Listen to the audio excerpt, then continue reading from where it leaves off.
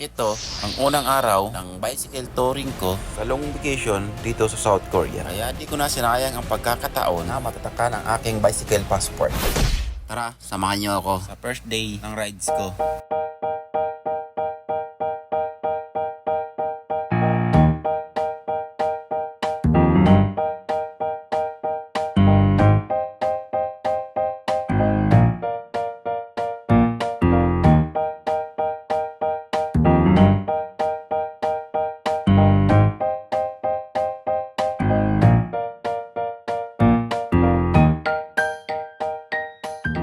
Sabado, bumiyahe na ako. Galing dito sa Ichon, papuntang Seoul, para doon ako sasakay ng bus, papuntang Mokpo naman. Alas 7 na ng gabi ako nakarating ng Mokpo. Hanap agad ako na matulugan at makainan. Kinabukasan, alas 4, naghahanda na ako para sa first day ride. Sakto 4:30, ride out na ako.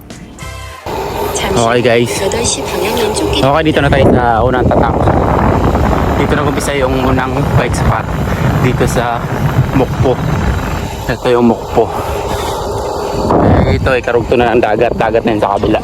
Tabing dagat na kasi yung Mokpo. Nalampasan ko ng konti.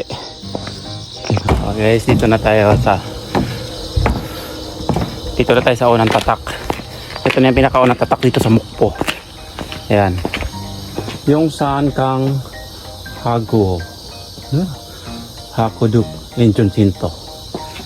Kahapon na tinilagyan ko na tanda para hindi na ako maghahanap. Ito yan, yung may fold na yan. Check natin, baka mali tayo. Okay, tatak tayo. Meron pa bang ink?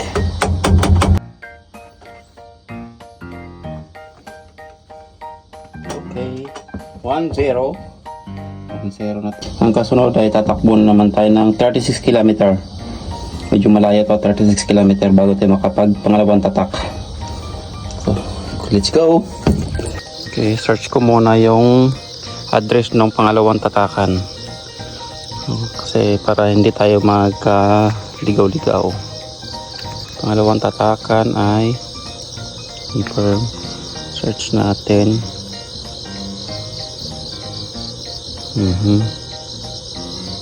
Search natin yung pangalawang tatakan. Dito ngayon, ito. Okay. Search natin 2. Pag sakto yung kilometer, sakto yan. 32 kilometer, babiyahe ng 1 hour and 46 minutes. Tagal-tagal pa, 1 hour and higit. Halos 2 oras. Okay, let's go. Guys, nakahanap pala ako ng shortcut. Hindi na ako dadaan doon sa 32 kilometer. May nakita ko 18 kilometer lang. Nasa 10 kilometer din o 14 kilometer din ang matitipid natin. Okay. Madilim pa rin guys. Oras alas 5. Maluwag pa ng kalsada kaya mas maganda pag umaga. Dito na ako sa pangalawang tatak. Dito nilagay sa bundok. Kailangan mo talaga umakyat para lang makatatak. Walang nga. Hindi naman ganun ka bundok pero maliit lang. Mababa lang naman. So, pangalawang tatak. Okay guys. Nakakapagod din talaga pero masarap. Achievement to eh. Goal. May goal tayo sa pagbabike. Hindi tayo bike lang ng bike. Meron tayo. Yan. Neuro G Observatory. Tingnan natin kung tama. Okay, tapos dito na tayo sa Joksanbu. Joksanbu, ito hindi siguro hindi ito pa. Hindi ito ang pahon kasi Nokchanbu ilog to. Ilog, tatakbo na naman tayo ng 18 km. Natakpan. Adjust na rin ako ng clutch kasi hindi siya kuan.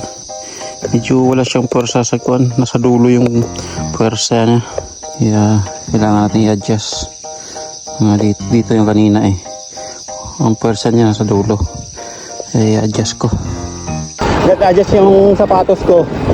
Nag-iba yung pakiramdam ko. Parang naging komportable siya. At saka yung upuan na rin. Hindi kasi ako komportable kanina. Man yung daan. Bike lane pa rin siya pero nasa bukid. Okay, dito na rin tayo inabot ng umaga.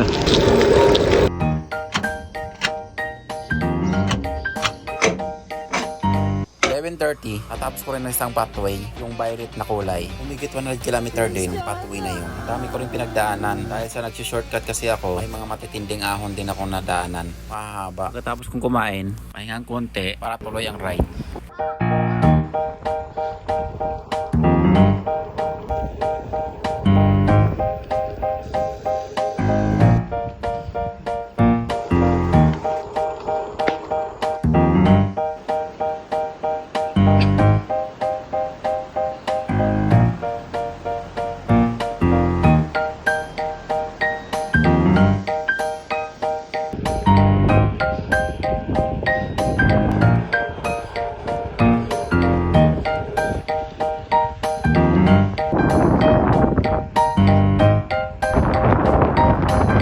Bundok yung nakita ko sa mapa. Dito na sana ako dadaan. Yung may tunnel. Buti na lang may tunnel.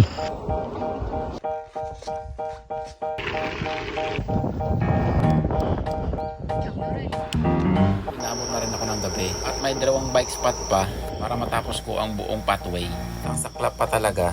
Last 20 km na lang sana. Nalubat pa ang aking flashlight. May mga nakasabay din ako na nagtatak din ng passport kahit gabi na. Kaya chinarge ko muna ang aking flashlight. May dala naman akong power bank. 30 minutes din akong ilaw lang ng cellphone ang gamit. At natapos ko rin ang dalawang pathway sa isang araw. Naka 280 km din mahigit. Tinakbo ko ngayong buong araw. Nakahanap na rin ako ng matulugan. At para naman sa kinabukasan, mag-decision ako kung uuwi na ba o lilipat na naman sa kabilang pathway. Abangan na lang kung lilipat ba ng ibang pathway o uuwi na ba.